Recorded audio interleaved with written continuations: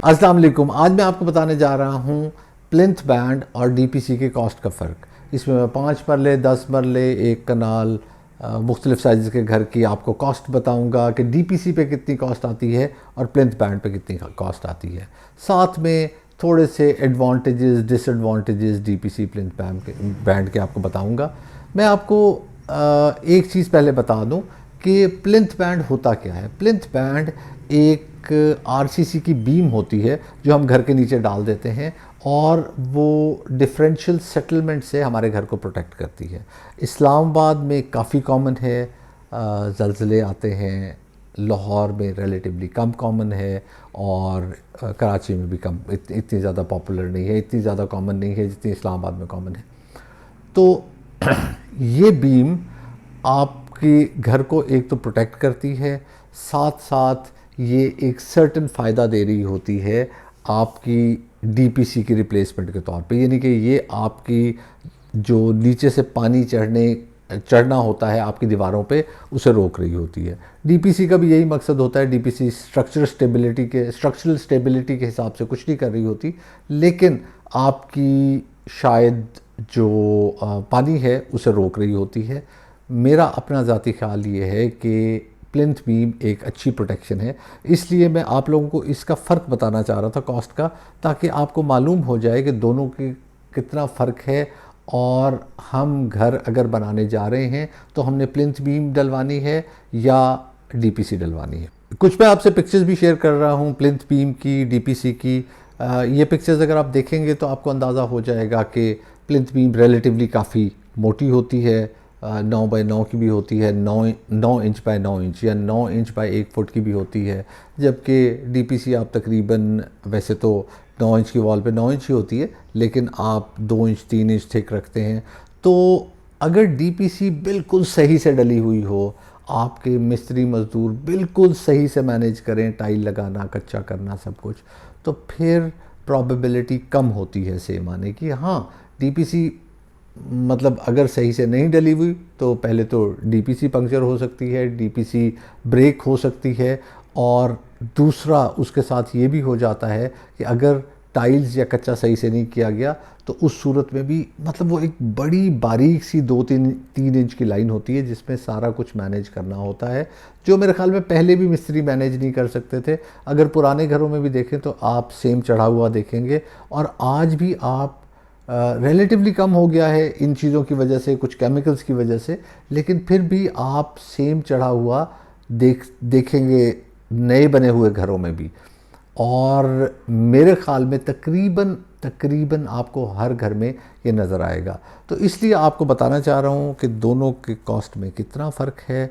आपने अगर let's say 5 मरले का घर बनाना है तो क्या आपको प्लिंथ बीम डालनी है, आपके पास इतना एक्स्ट्रा बजट है, आपका फ़ैसला ये है कि आप स्ट्रक्चरल स्टेबिलिटी भी लेना चाहते हैं और साथ साथ वाटर प्रूफिंग भी बेहतर लेना चाहते हैं, तो क्या ये ख़र्चा कर लेना चाहिए या नहीं करना चाहिए। तो चलें जी, ख़र्चा जानते हैं। थोड़ी सी आपको अजम्पशंस बता दूं कि क्या क्या अजम्पशंस इसमें मैंने ली हैं। एक तो मैंने ये अजम्पशन ली है कि डीपीसी पर बिचुमन और पॉलीथीन शीट डाल दी गई है, जबकि आपके प्लिंथ बीम के ऊपर हमने नहीं डाली। उसकी कॉस्ट होती है तो वो कॉस्ट इस कॉस्ट में मैंने इनकॉर्पोरेट कर ली है।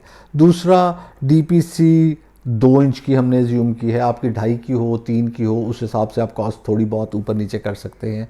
और plinth beam 9 inch by 9 inch का एज्यूम किया है, और उसके अंदर हमने ये एज्यूम किया है कि ऊपर 2 सरिये हैं, नीचे 2 सरिये हैं, और तकरीबन 6-7 इंच के फासले पे उसका रिंग है। तो ये चीज़ें हमने एज्यूम की हैं। अब मैं आपको बता देता हूँ कि डीपीसी अगर 4 इंच की वॉल पे हम डालेंगे वर्सेस डीपीसी 9 इंच की वॉल पे डालेंगे, तो 4 इंच की वॉल पे डीपीसी अगर डालते हैं तो हमारी कॉस्ट आती है 140 रुपीज़ पर रनिंग फीट।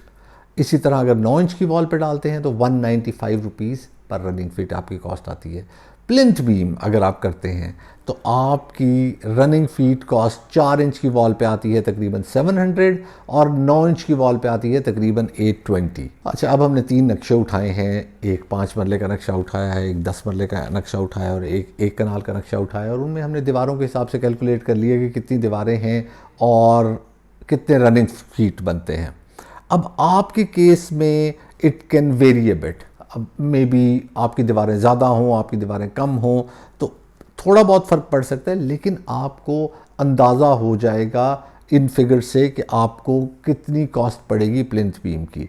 तो हमने जो रनिंग फीट एज्यूम किए हैं 5 मरले के घर में, वो 4 इंच की वॉल के 29 रनिंग फीट एज्यूम किए हैं और 9 inch wall 157 running feet.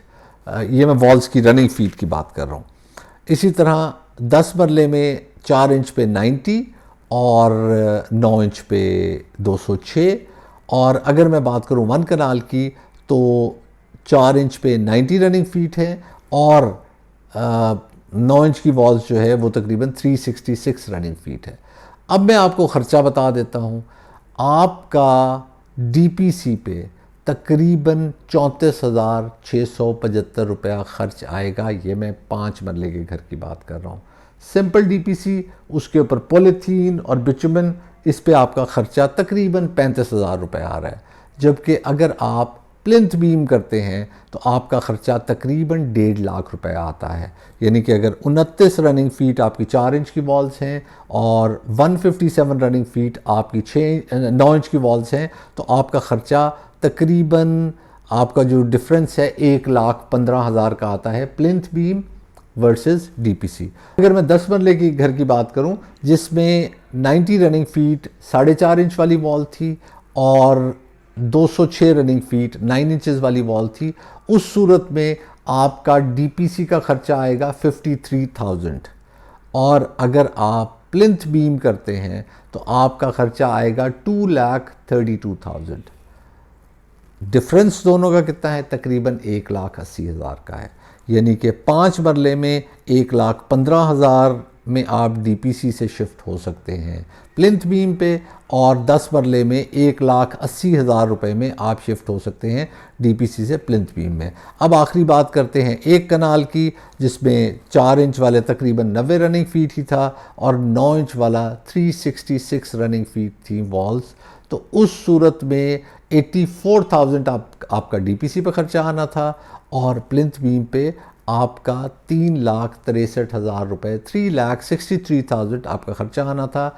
Incremental खर्चा तकरीबन 2,80,000 का है। ये मैं आपको बता दूं कि एजम्पशंस आपके लिए जानना ज़रूरी थी। बाज़ दफ़ा ये होता है कि प्लिंथ बीम में ऊपर 3 सरिये रख दिए जाते हैं, नीचे 3 सरिये रख दिए जाते हैं। उस केस में आपकी कॉस्ट तकरीबन, मैं एक अंदाज़ा आपको बता देता हूँ कि 25% 30% ऐड हो जाएगी जो हमने आपको कॉस्ट शेयर की।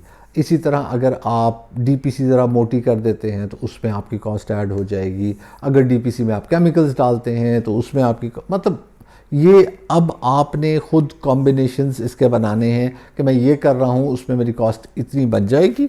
और एक आपको बात बता दूँ, अमूमन मुझे कॉल्स आती हैं कि जी आप 5, 10 और 1 कनाल की बात कर देते हैं क्योंकि ये कॉमन घर हैं। अब किसी का 8 मरले का घर है तो आप 5 मरले और 10 मरले के दरमियान रख के कॉस्ट, ये मतलब अगर इस वीडियो की मैं बात करूं तो आप कॉस्ट रख के एज्यूम कर सकते हैं। ये सारी टेंटेटिव कॉस्ट होती हैं, ये एग्जैक्ट कॉस्ट नहीं होती। तो आपने भी टेंटेटिव कॉस्ट ही निकालनी है। यानी कि अगर 5 और मैं अगर 8 का एज्यूम करना चाह रहा हूँ, मैं 5 और 10 का एवरेज लूँगा तो 7.5 मरला वही तकरीबन बन जाता है, वही आपकी कॉस्ट आनी चाहिए। और अगर 5-7 हज़ार ऊपर नीचे हो भी जाती है तो वो मार्जिनल डिफरेंस है। लीजिए, इसके साथ मुझे इजाज़त दीजिए, दुआ में याद रखिएगा। अल्लाह हाफ़िज़।